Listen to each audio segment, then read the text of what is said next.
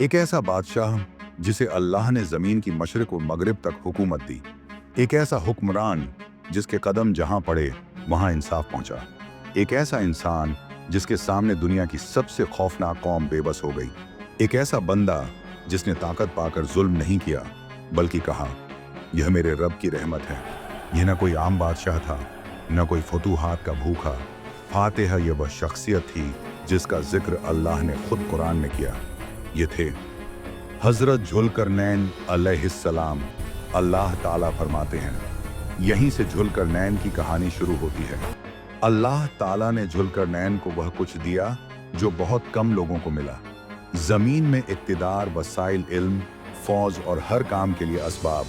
लेकिन कुरान एक अहम बात कहता है, यह इक्तिदार आजमाइश था।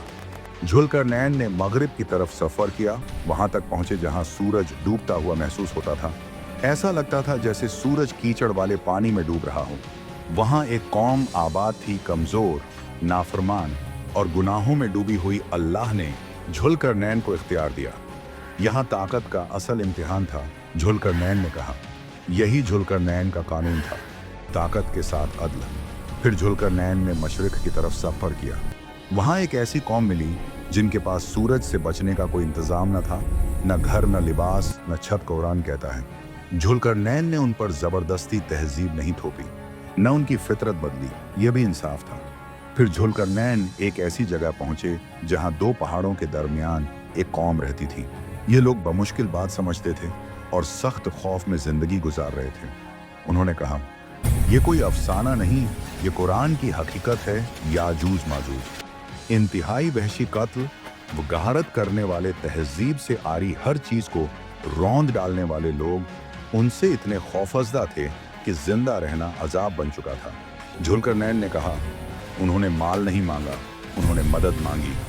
लोहे के बड़े बड़े टुकड़े लाए गए, आग जलाई गई, पिघला हुआ तांबा डाला गया और एक अजीम दीवार खड़ी हो गई।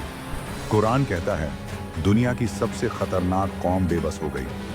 जुल्करनैन ने फख्र नहीं किया, न खुद को खुदा समझा, बल्कि कहा, यही फर्क है फिरौन और जुल्करनैन में। जुल्करनैन ने कहा, ये दीवार भी हमेशा नहीं, ये ताकत भी हमेशा नहीं, सिर्फ अल्लाह बाकी है।